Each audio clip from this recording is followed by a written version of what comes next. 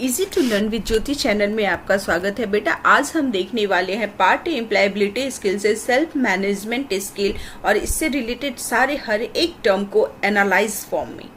तो आइए सबसे पहले देखते हैं what is self management. Self management क्या होता है? Self management refers to managing our life in a way so that we lead a satisfying life in any type of challenge situation and in chronic conditions. Clear हो गया होगा I think कि अपने life को manage करना so that we can lead a satisfying life. यहाँ पे देखिए इस वर्ड का निचोड़ इसी सेंटेंस में है, we lead a satisfying life. हम एक पीसफुल लाइफ जी सके कब?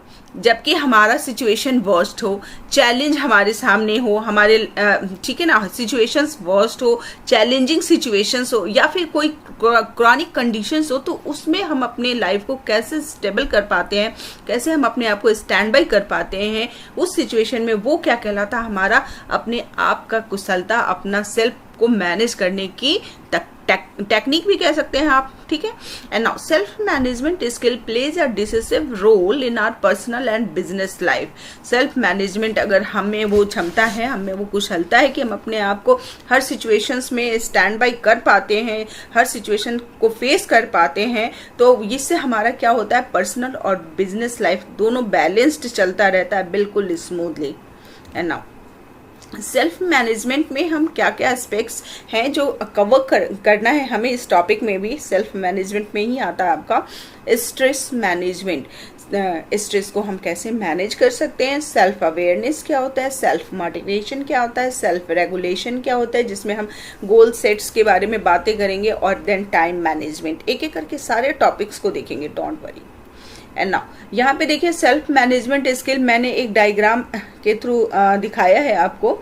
इसके एक एक चीज को हम डिस्कस करेंगे, बट जब हमारा ये सारा पॉइंट एक बार खत्म हो जाता है फिर हम इसमें देखेंगे कि कैसे, कौन सा ऐसा टेक्निक है, कौन सा ऐसा मेथड है जिससे स्ट्रेस को मैनेज किया जा सकता है, सेल्फ को मोटिवेट रखा जा सकता है, मोटिवेट किया जा सकता है, सेल्फ अवेयरनेस हो सकती है, ये सारा चीज, सेल्फ रेगुलेशन है, टाइम मैनेजमेंट। ये आप चाहो तो स्क्रीनशॉट ले लो इस चीज का, और इसको आप रीड करने से भी क्लियर हो जाएगा। वैसे तो हम ये पॉइंट्स डिस्कस करने ही वाले हैं। यहाँ पे देखिए व्हाट इज स्ट्रेस। स्ट्रेस क्या होता है? We all undergo our life through ups and down. Not all days are same, and we all have to face challenge, meet demands, and fulfill and manage expectations of our own and others. हमारे कहने का मतलब है कि हमारा life एक समान नहीं रहता, सब दिन एक समान नहीं होता है, उतार चढ़ाव जीवन का एस्पेक्ट्स है। तो ऐसे सिचुएशन में कभी क्या होता है कि किसी चीज़ से हमारे एक्सपेक्टेशंस ज़्यादा होते हैं, कभी हमारे घर फैमिली वालों को हमसे एक्सपेक्टेशंस होता है, तो बहुत सारे कभी कभी कुछ सिचुएशंस बिल्कुल नॉर्मल रूटीन लाइफ में भी कुछ ऐसे सिचुएशंस आ जाते हैं, चैलेंजिंग सिचुएशंस होते हैं। तो कहने का मतलब है कि उसको वो सिचुएशंस, उस सिचुएशन को जब हम हैंडल नहीं कर पाते हैं, या उस सिचुएशन वो सिनेरियो हम पे हावी हो जाता है, तो हम स्ट्रेस फील करने लग जाते हैं, हम तनाव में आ जाते हैं। We all have different ways and styles to cope with and encounter such challenging situation in our life. बोल रहे हैं कि सबका सिचुएशंस के साथ प्रॉब्लम्स को डील करने का अलग अलग तरीका होता है, ठीक है ना। तो ये जो तरीका है, अभी देखिए अभी आगे next, but sometimes the challenges that we face become so big for us that our mind and body start feeling the heat of it. बोल रहे हैं कि कभी कभी सिचुएशंस ऐसे वर्स्ट होते हैं, या जब प्रॉब्लम्स हम पे हावी हो जाता है, हम कुछ ढंग से सोच नहीं पाते हैं, या कुछ स्टैंड नहीं ले पाते हैं, उस चीज़ को फाइट नहीं कर पाते हैं, तो फिर क्या होता है, हमारा माइंड उसके सामने, उस सिचुएशन के सामने, उस प्रॉब्लम के सामने नतमस्तक हो जाता है, और हम पे, हमारे ब्रेन पे हम स्ट्रेस हावी हो जाता है, ठीक है ना। स्ट्रेस का जो हीट है वो हमारा बॉडी, हमारा माइंड फील करने लग जाता है। हम क्या कर सकते हैं, हम सही डिसीजन नहीं ले पाते हैं, हम सही ढंग से सोच नहीं पाते हैं, ये सब इसका परिणाम होता है। तो such a state is known as a stress, ठीक है। स्ट्रेस का सिंपल मीनिंग है तनाव। Stress refers to a physical, mental और इमोशनल स्ट्रेन और टेंशन। स्ट्रेस का क्या मतलब है? फिजिकल, मेंटल और इमोशनल क्या करना, स्ट्रेन होना ही हमारे जीवन में। फिजिकल भी हो सकता है स्ट्रेस, मेंटल भी हो सकता है, इमोशनल स्ट्रेन भी हो सकता है। तो ये क्या कहलाता है? हमारा स्ट्रेस कहलाता है। क्लियर? आई थिंक आपको समझ में आ गया होगा। एंड नाउ अब यहाँ पे देखिए कि स्ट्रेस तो हमने देख लिया कि किसी भी सिचुएशंस को हैंडल नहीं कर पाने के परिणाम स्वरूप जो भी हम हमारे बॉडी पे, हमारे माइंड पे जो प्रभाव पड़ता है, उसका जो स्ट्रेस आता है वो क्या कहलाता है? हमारा जो स्ट्रेन आता है वो हमारा स्ट्रेस कहलाता है। अब यहाँ पे सवाल ये है कि क्या स्ट्रेस ऑलवेज निगेटिव होता है? पॉजिटिव स्ट्रेस भी क्या कोई एक ऐसा टर्म है? तो जी हाँ, है, बिल्कुल है।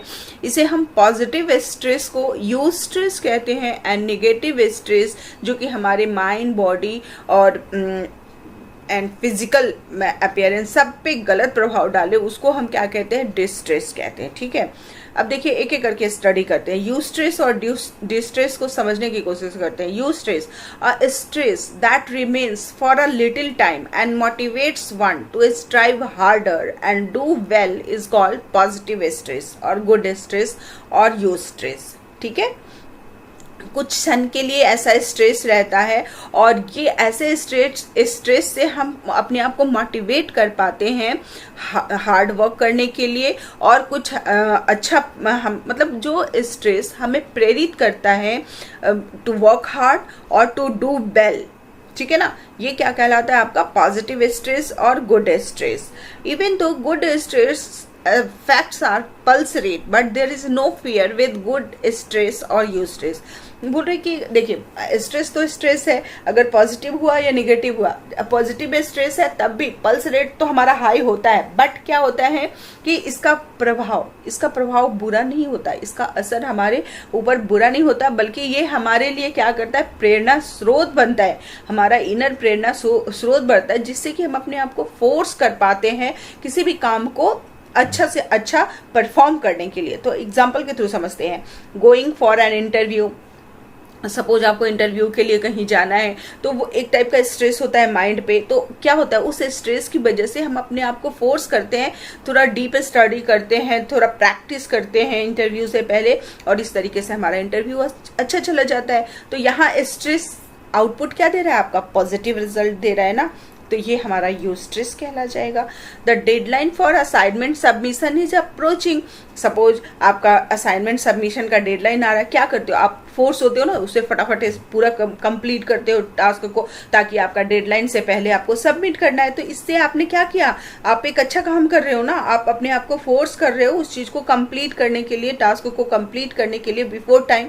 तो ये स्ट्रेस क्या हो गया? आपका यू स्ट्रेस कहलाएगा।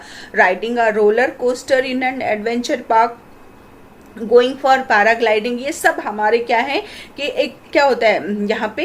ये पॉजिटिव स्ट्रेस। इस स्ट्रेस से हमारे ऊपर बुरा प्रभाव नहीं पड़ता, बल्कि हम कुछ पॉजिटिव करते हैं, कुछ बिफोर करते हैं, बिफोर टाइम करते हैं, मतलब उस टाइम के उस टास्क के कंप्लीशन के लिए हम क्या करते हैं? अपने आप को सजग कर लेते हैं, प्रिपेयर कर लेते हैं। तो वो हमारा क्या कहलाता है? Eustress. Eustress keeps us focused and motivated to do something.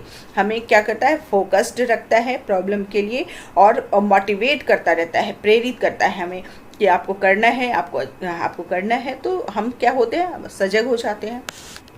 And now distress की बात करते हैं। Bad stress refers to stress that is ongoing and doesn't lower down.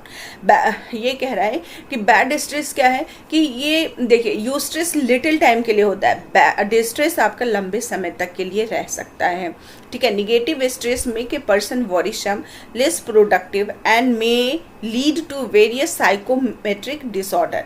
बोल रहा है कि निगेटिव स्ट्रेस जो है आपका, बैड स्ट्रेस जो है, इससे इंसान चिंता में रहता है और जो हमारा आउटपुट है, जो हमारी प्रोडक्टिविटी है काम करने की, वो भी कम हो जाता है और साइकोमेट्रिक डिसऑर्डर्स भी हो जाते हैं। ठीक है, सिम्टम्स ऑफ बैड स्ट्रेस क्या है? नींद नहीं आना, हार्ट का प्रॉब्लम होना, भूख नहीं लगना या ज़्यादा खाना भी आपका एक तरीके से स्ट्रेस का ही लक्षण है। इरिटेशन होना, मेमोरी लॉस हो जाना, डिप्रेशन होना, वेट का लूज करना या गेन करना, प्रॉब्लम को फोकस करने में लैक ऑफ कंसंट्रेशन होना, ये सब हमारे डिस्ट्रेस के एग्जाम्पल है। Negative stress means distress and positive stress मतलब यूस्ट्रेस। क्लियर?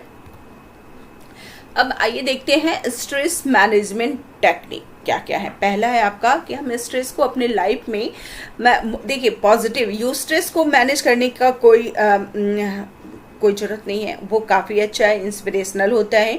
और उस यूस्ट्रेस लाइफ में हो तो लाइफ हमारा क्या होता है, हम फोकस्ड रहता है। लेकिन हमें मैनेज किससे करना है? निगेटिव स्ट्रेस, डिस्ट्रेस को। तो उसके कौन कौन से मेथड हैं? पहला फिजिकल एक्सरसाइज। फिजिकल एक्सरसाइज में क्या होता है? It help boost up the production of our brains feel good neurotransmitters called endorphins. ठीक है ना? फिजिकल एक्सरसाइज करने से हमारा ब्रेन फील गुड न्यूरोट्रांसमीटर्स, हमारे ब्रेन को अच्छा लगने वाला हार्मोन रिलीज होता है, उसको हम बोलते हैं इंडोरफिन्स। फिजिकल एक्सरसाइज, ये क्वेश्चन 1 नंबर में आता है बेटा, याद रखिएगा। फिजिकल एक्सरसाइज करने से इंडोरफिन्स क्या होता है? हमारे ब्रेन में रिलीज होता है, जिससे हमारे ब्रेन को फील गुड, मतलब आपका ब्रेन तरोताज़ा और इस टाइप से फील करता है। Dopamine and serotonin are other such feel good chemicals released in our body physical exercise से। तो ये टर्म्स याद रखिएगा। Sports and yoga are clubbed with physical exercise as it brings positive impacts और on our body. Sports and yoga के साथ अगर आप फिजिकल एक्सरसाइज करते हैं तो उसका इम्पैक्ट हमारी बॉडी पे पॉजिटिव होता है। हमारा स्ट्रेस काफ़ी हद तक उससे क्या हो सकता है? मैनेज हो सकता है। ठीक है? Physical exercise. एंड नाउ याद रखिएगा, फिजिकल एक्सरसाइज से एंडोर्फिन्स, डोपामाइन एंड सेरोटोनिन, ये टर्म्स 3 टर्म्स हैं, याद रखिएगा। Healthy diet and, second term है healthy diet and lifestyle. Healthy diet and physical activities increase the mind and body power in a multitude of ways. ठीक है ना? Mind and body power को healthy diet और lifestyle क्या करता है? Boost up करता है। तीसरा yoga. Yoga includes a series of posture and breathing exercises practised to achieve control of body and mind. Yoga की फायदे तो आपको मैं क्या गिनाऊं? ठीक है ना? क्लियर हो गया होगा इस सेंटेंस से। And now meditation, it is a practice where an individual is supposed to focus his her mind on a particular object, thought or activity to achieve a calm mental state, reducing stress। बोलते हैं ना meditation ध्यान योग मुद्रा से हमारा क्या होता है? प्रॉब्लम को हम फोकस कर पाते हैं, कंसंट्रेशन पावर हमारा बढ़ता है, मेंटल फिजिकल हेल्थ बढ़ता है, इससे स्ट्रेस आपका रिड्यूस होता है। तो हमें मेडिटेशन भी एक क्या है? बहुत मोस्ट इम्पॉर्टेंट टेक्निक है स्ट्रेस मैनेजमेंट का। And now, taking breaks and good sleep. Taking a break from the regular work or routine is a useful technique of lowering stress। ठीक है ना? रूटीन वर्क से आप ब्रेक लो ना। अगर आप मान लो बोर हो रहा है लाइफ आपका, एक ही काम को करते करते आप बोर हो रहे हैं, तो उस रूटीन वर्क से आपको ज़रूरत क्या है कि थोड़े समय के लिए आप ब्रेक लो। Small break can take up by reading, listening to music and any other activity that doesn't take much time and give you relaxation and joy। जो आपकी हॉबी है, जो आपका इंटरेस्ट है, आप उसमें कुछ समय के लिए टाइम अगर सपोज कि आपको लंबे समय से पढ़ाई कर रहे हो और आपको पढ़ते पढ़ते बोरियत सी फील हो रही है, तो जो भी आपका इंटरेस्ट है, आपका म्यूजिक इंटरेस्ट है, आपका डांस इंटरेस्ट है, आपका पेंटिंग इंटरेस्ट है, टीवी देखना इंटरेस्ट है, या फिर गाना सुनना इंटरेस्ट है, तो कुछ भी कर लो यार। आप कुछ समय के लिए वहाँ से आप डाइवर्ट होके आप अपने इंटरेस्ट को फोकस करो, 10-15 आधा घंटा आप वहाँ पे स्पेंड करने के बाद वापस अपने स्टडी पे आओगे तो देखोगे कि बिल्कुल आप फील गुड, आपको बहुत ही अच्छा लगेगा और पढ़ाई में आप दुगना रिचार्ज हो जाओगे। पढ़ाई के लिए आप वापस से उस काम के लिए रिचार्ज सा फील करोगे। Sleep is also very important for relaxing and recharging brain so that it is ready to function again the next day। बोल रहे हैं कि जो नींद होता है बेटा ये भी आपका बहुत इंपॉर्टेंट है और रिलैक्सिंग है हमारे बॉडी प्लस माइंड के लिए। तो हमें एक अच्छी नींद भी हमारी बॉडी की ज़रूरत है, तो इससे भी हमारा स्ट्रेस क्या होता है, मैनेज किया जा सकता है। And now positive thinking and outlook. Positive outlook means having the confident belief that things will always work out for the best and expecting the best in life in general. Positive thinking, Taarak Mehta Ka Ooltah चश्मा, इसमें क्या होता है कि हमें situations को ऐसे नहीं देखना है कि प्रॉब्लम की तरह नहीं देखना है, आप उसको उल्टा समझिए कि अच्छा ठीक, कोई भी वर्स्ट से वर्स्ट सिचुएशन आता है अगर आपके साथ हुआ है तो आप क्या करो, उसमें जो पॉजिटिविटी है उसकी, उस पॉइंट को निकाल के और उस चीज़ को फील करो। हमारा ब्रेन, हम सब चीज़ हमारे ब्रेन से कंट्रोल होता है, हमारा मूवमेंट, हमारा थिंकिंग, हमारा बॉडी, सब चीज़ ब्रेन से कंट्रोल। तो हमें ब्रेन को स्ट्रांग रखना है, हमें ब्रेन को वैसा चीज़ देना है जो कि हमारा पूरा हमें एनर्जेटिक कर पाए। तो हम पॉजिटिव थिंकिंग रखिए। हमें देखना क्या है, पॉजिटिव, निगेटिव बिल्कुल नहीं देखना, निगेटिव एस्पेक्ट्स को हमें नहीं देखना है। लाइफ के किसी भी सिचुएशंस की किसी भी हर्डल में उसकी पॉजिटिविटी उसमें से निकालो और उस चीज़ को फील करो। ब्रेन को वैसे ही समझाओ कि अरे एटलीस्ट ये नहीं हुआ, ये तो हुआ है ना, हमने 100% अचीव नहीं किया, बट देखो उसमें से 50% तो आ रहा है ना हमारे पास, 20% तो आ रहा है ना, it's also a great achievement. तो इस तरीके से हम अपने माइंड को क्या कर सकते हैं, एक तरीके से मोल्ड कर सकते हैं कि पॉजिटिव थिंकिंग के थ्रू हम उसको बिल्डअप करेंगे। जब आप चीज़ें पॉजिटिव एस्पेक्ट में देखना सुनना सीख जाओगे ना बेटा, तो ये आपके लिए जीवन बहुत अभी जीवन का जो एस्पेक्ट्स है, अभी आपको बहुत कुछ देखना है। तो ये चीज़ें हम पॉजिटिव थिंकिंग से बिल्डअप कर सकते हैं हम, क्योंकि लाइफ में बहुत सिचुएशंस आएंगे जब आपको आपकी ब्रेन पावर आपको क्या करेगा, स्टैंड बाय करेगा उस सिचुएशंस में, हर्डल में। एंड नाउ 7th पॉइंट है, organising life keeps life stress free and brings better results too. अपने लाइफ्स को ऑर्गेनाइज रखिए। ये क्या होता है, स्ट्रेस फ्री लाइफ के लिए हमें बेटर एक रिजल्ट के साथ अपीयर होता है organising life. Okay, organising life को मतलब कहने का मतलब है कि ऑर्गेनाइज कीजिए अपने आप को। Holiday and vacationing, it lowers stress level and control cortisol in our body. ठीक है, कॉर्टिसोल इन आवर बॉडी, अभी हमने पढ़ा था डोपामाइन एंड सेरोटोनाइन और एंडोमॉर्फिन के बारे में। यहाँ पे हम हॉलीडे एंड वैकेशन से क्या होता है, and control cortisol in our body, it lowers stress level. Holidaying देखते हो ना कि आप समर वेकेशंस होता है, विंटर ब्रेक होता है, लोग अपने कहाँ जाते हैं, पेरेंट विलेज में जाते हैं या फिर आप हिल स्टेशंस जाते हैं। क्यों जाते हैं, क्योंकि ये स्ट्रेस को लो करने का, बोरियत, एक ही काम एक ही जगह पे रहते रहते बोरियत होती है, उससे अपने आप को हटाने का, उस तरीके के बोर्डम से हटने का एक अच्छा साधन है हॉलीडेइंग एंड वैकेशनिंग।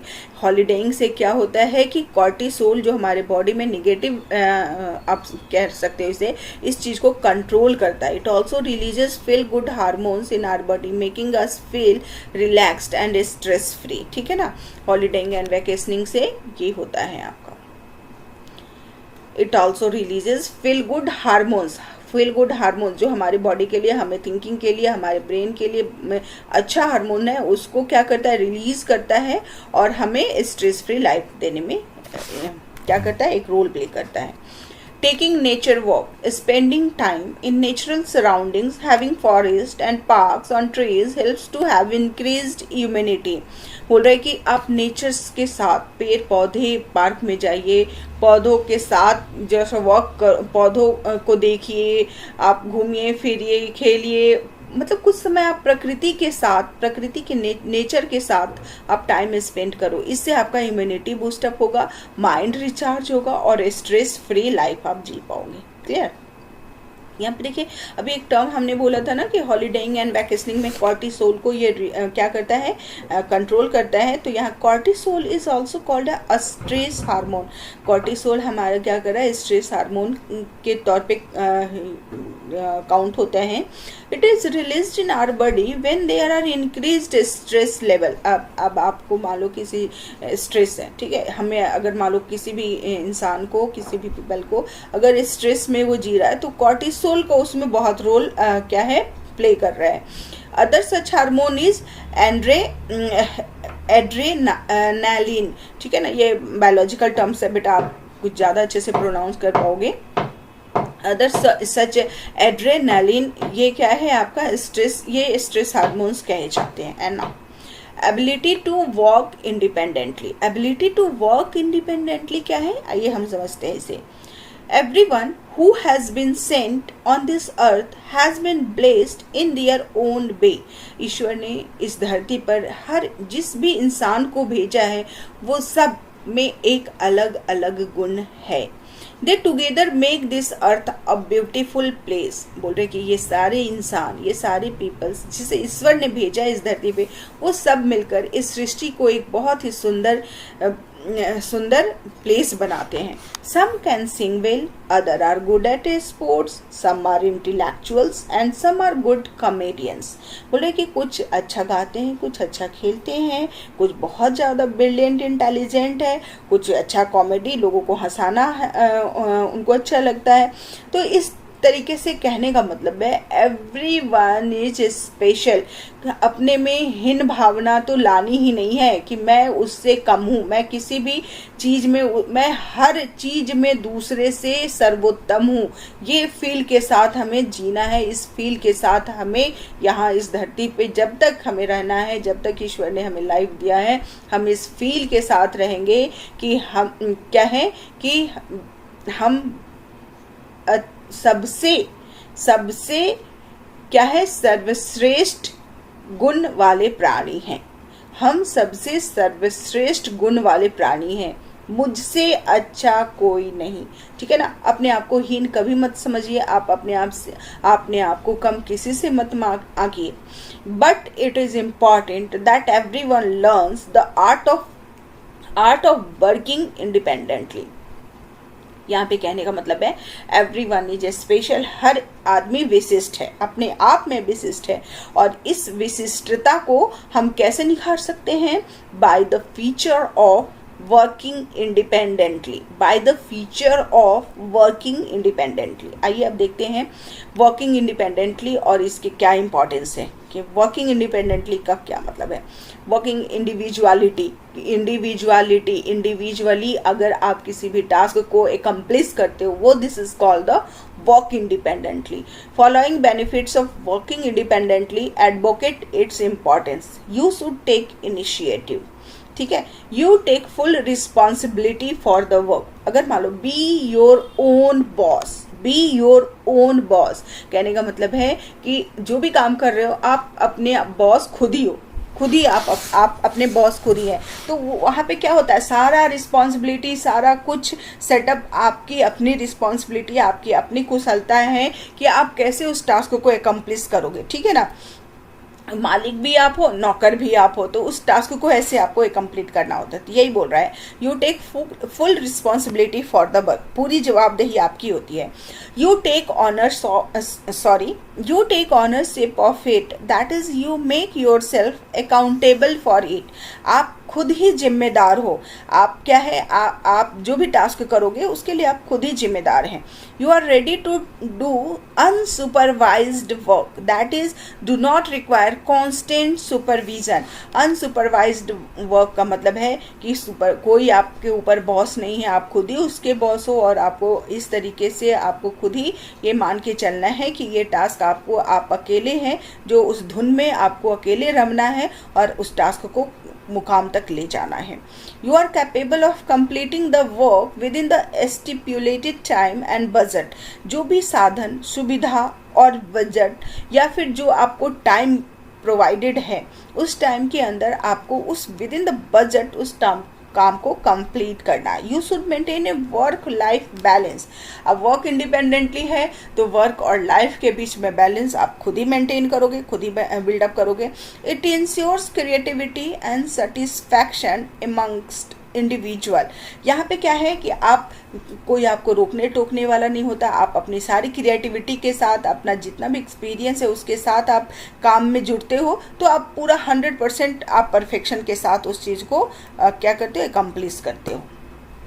तो ये है आपका importance of ability to walk independently. And now emotional intelligence क्या होता है? इमोशनल भावनात्मक इंटेलिजेंसी। यहाँ पे देखिए, emotional intelligence refers to the ability to monitor and understood own and other feelings and emotions and take appropriate action.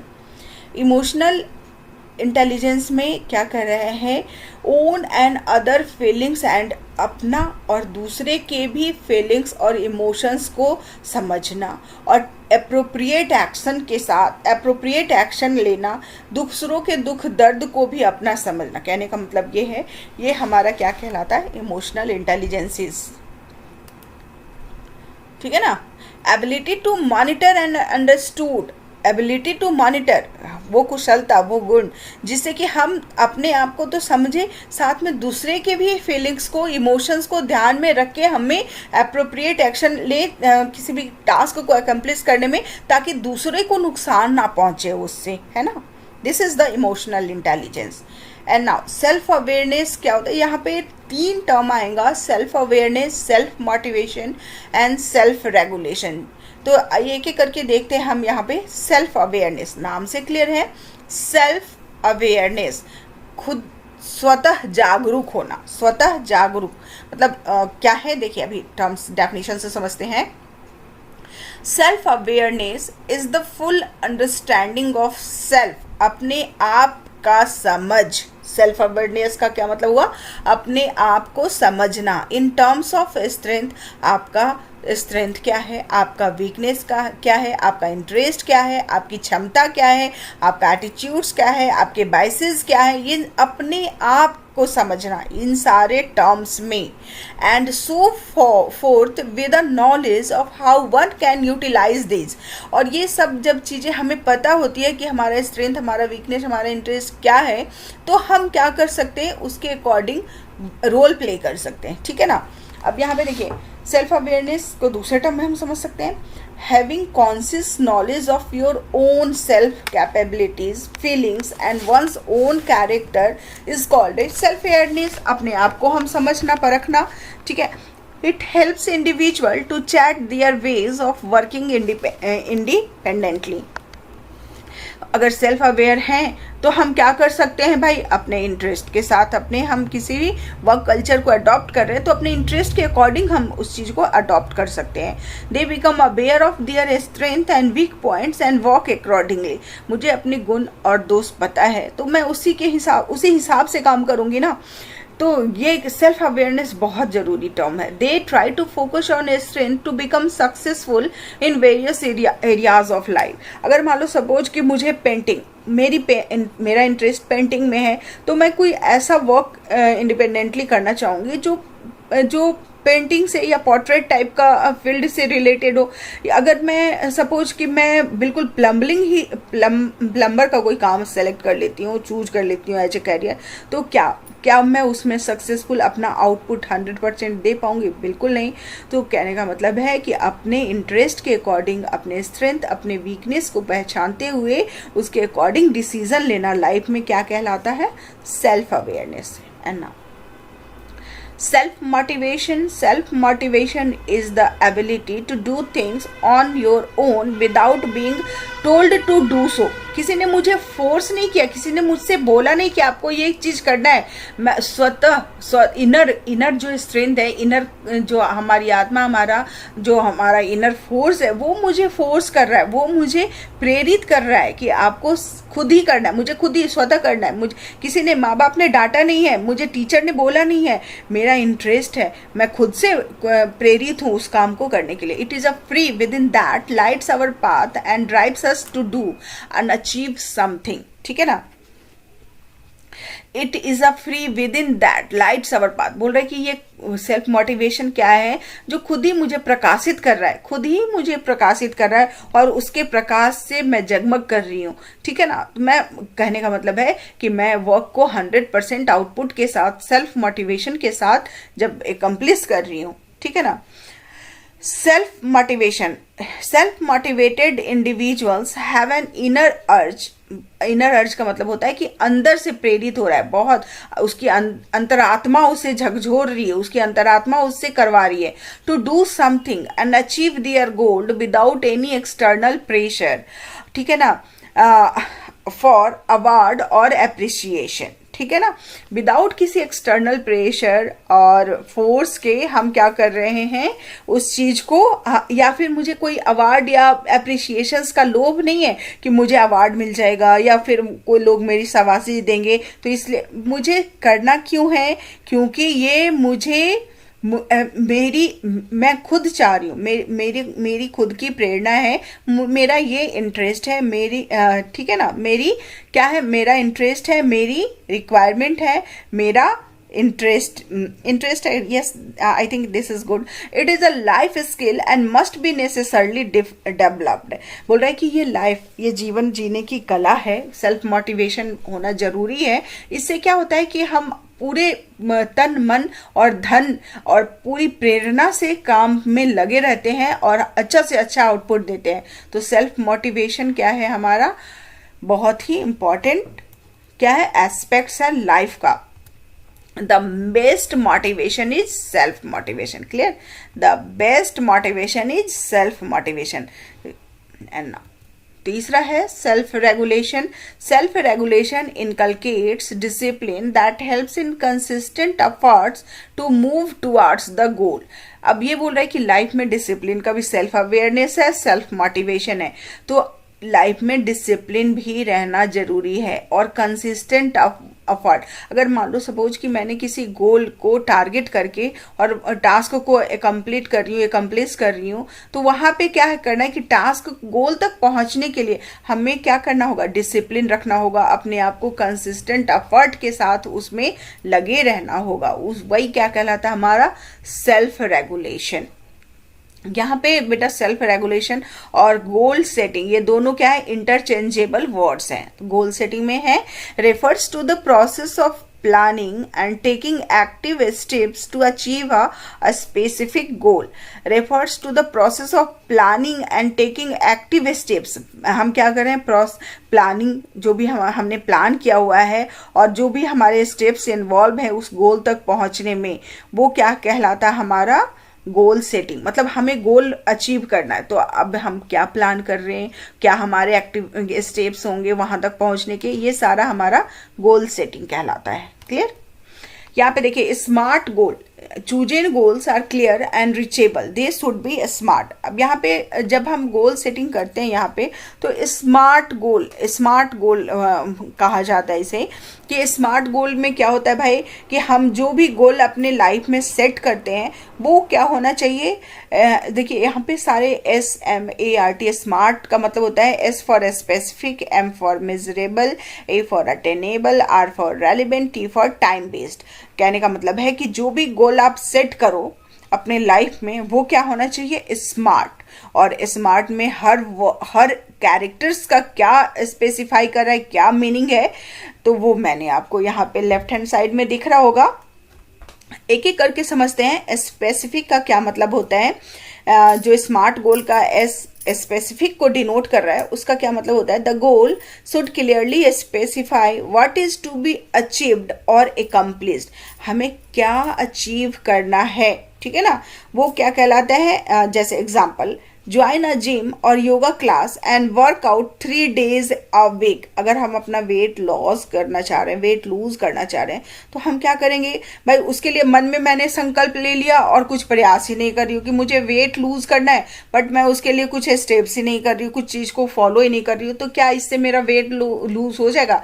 बिल्कुल नहीं। तो अब उसके लिए मैंने अगर मानो कि सपोज मैंने कुछ गोल लिया है कि मुझे 1 महीने 3 महीने में इतना वेट लूज करना है, तो उसके लिए मैं कुछ अफर्ट करूंगी ना, उसके लिए अगर मैं जिम जाती हूँ, योगा क्लासेस करती हूँ और वर्कआउट करती हूँ 3 डेज पूरा कंप्लीट, तो वो क्या होगा, एक अफर्ट होगा मेरे साइड से उस गोल को अचीव करने के लिए। तो ये क्या है, स्पेसिफिक, ठीक है ना। To get a specific goal 6W, 6W होता है मस्ट आंसर, मतलब आपको जवाब, जो गोल आपने सेट किया है, who, what, where, when, which, why, मतलब कहने का मतलब है कि who, what, where, when, which और व्हाई, ये जो 4W है इसके आंसर्स आपके गोल में इंक्लूडेड होना चाहिए। क्लियर, मतलब कहने का मतलब क्लियरली स्पेसिफाई करो कि आपको क्या अचीव करना है और आप कैसे उस चीज को अचीव करोगे। मेजरेबल, आई शुड, एग्जाम्पल के थ्रू मैं आपको बिल्कुल क्लियरली समझा रही हूँ। मेजरेबल का मतलब होता है माप सकना। I should lose weight of 4 to 7 kg in 45 days, मैं क्या 45 दिनों में 4 से 7 किलो वजन अपना कम कर लूंगी। तो ये क्या मेजरेबल है ना, एक क्वांटिटी जो मैंने मेजर किया, एक टारगेट रखा कि 45 दिन का समय है और 4 से 7 किलो तक का वेट लूज करना है। तो ये क्या हो गया, स्मार्ट का M का मीनिंग हो गया measurable. A for attainable, to lose 4 to 6 kg, my daily aim of losing weight is 250 to 300 gram. Attainable, जिसको कि हम प्राप्त कर सके, अचीव कर पाए, मतलब क्या करना है कि अगर मान लो 4 से 6 kg मुझे लूज करना है तो डेली मुझे 250 से 300 ग्राम तक वेट लूज करना है, ऐसा अटेनेबल एक टारगेट मैंने फिक्स किया अपने लाइफ में।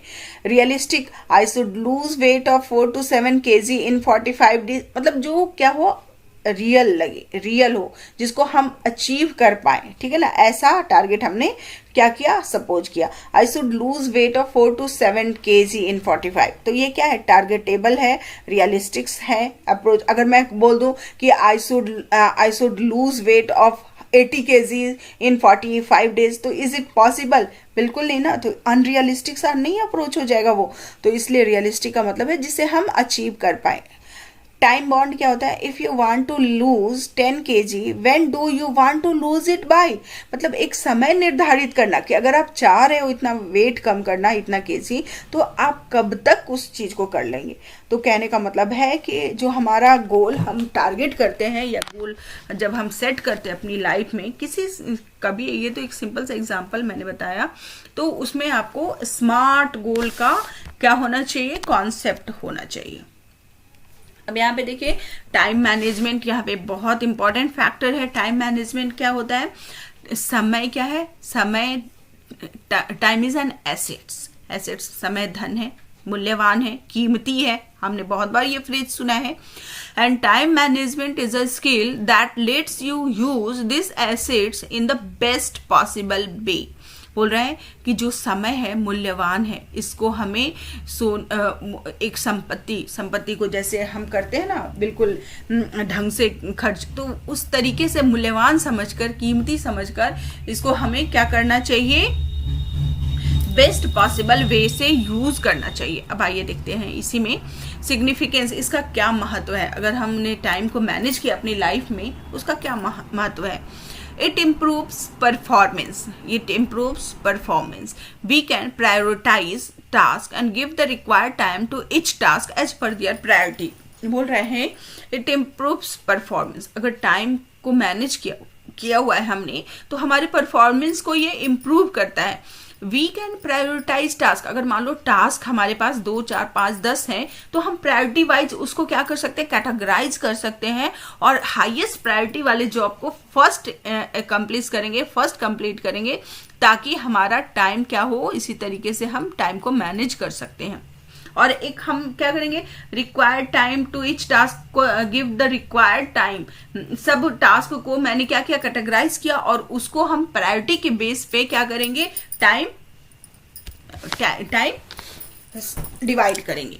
And now it delivers better work quality with proper time allocation and no rushing. The work is completed in a settled and happy environment. बोल रहा है कि हम टाइम मैनेजमेंट से हमारा क्या होता है, वर्क क्वालिटी भी इन्हांस होता है। timely delivery with proper time management, work is delivered on time which gives great satisfaction to both the client and the workforce। कहने का मतलब है कि टाइमली डिलीवरी से क्या होता है, सेटिस्फैक्शन हमारा दोनों साइड से फुलफिल होता है, क्लाइंट को भी और जो वर्क काम करने वाला ऑनर है उसको भी सेटिस्फैक्शन मिलता है। तो टाइम मैनेजमेंट क्या है, बहुत इंपॉर्टेंट फैक्टर है। किसी भी टाइम को मैनेज करने की कला हमने सीख लिया तो हम 95% कामयाब है अपने गोल सेटिंग में। brings more efficiency, time management not only ensures timely and quality delivery but also contributes to the confidence and efficiency of the workforce and the work culture too। ये टाइम मैनेजमेंट से हमारा efficiency भी enhance होता है। And reduces stress, it builds happy stress free relations between client and workforce. Stress को भी ये reduce करता है। और अगर अपनी लाइफ में हम टाइम को मैनेज नहीं कर पाते हैं तो उसके क्या पुअर कंसिक्वेंसेस होते हैं। पहला, पुअर क्वालिटी वर्क, आनन फानन में कैसे भी उस काम को करते हैं जो कि वो आपका बिल्कुल परफेक्ट हो ही नहीं सकता, परफेक्ट नहीं होता है। मिसिंग डेडलाइन, डेडलाइंस को हम मिस कर देते हैं, डेडलाइन निकल जाता है, हमारा काम परा का परा रह जाता है। इंक्रीज स्ट्रेस लेवल, हम पे स्ट्रेस हावी हो जाता है। रीउंड और डिस्टर्ब वर्क लाइफ बैलेंस, हम अपने वर्क और लाइफ के बीच बैलेंस नहीं बना पाते हैं। प्रोफेशनल रेपुटेशन एट स्टेक, हमारा प्रोफेशनल जो रेपुटेशन है वो भी खतरे में पड़ जाता है। तो ये हमारा कंसिक्वेंसेस है पुअर टाइम मैनेजमेंट का।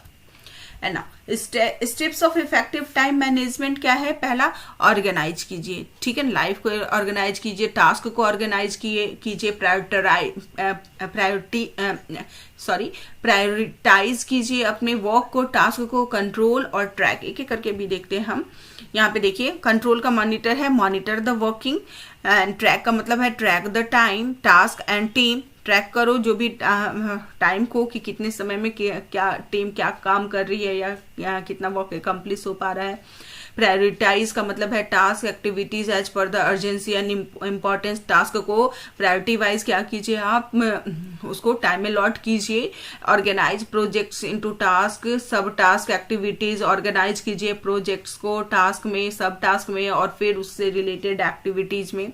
तो ये क्या है, हमारा एक क्लेवर मेथड है, चाणक्य नीति है टाइम को मैनेज करने का, कि चीजों को ऑर्गेनाइज कीजिए, प्रायोरिटाइज कीजिए, कंट्रोल कीजिए और ट्रैक भी साथ के साथ करते रहिए। तो इससे आपका टाइम मैनेज होता रहेगा।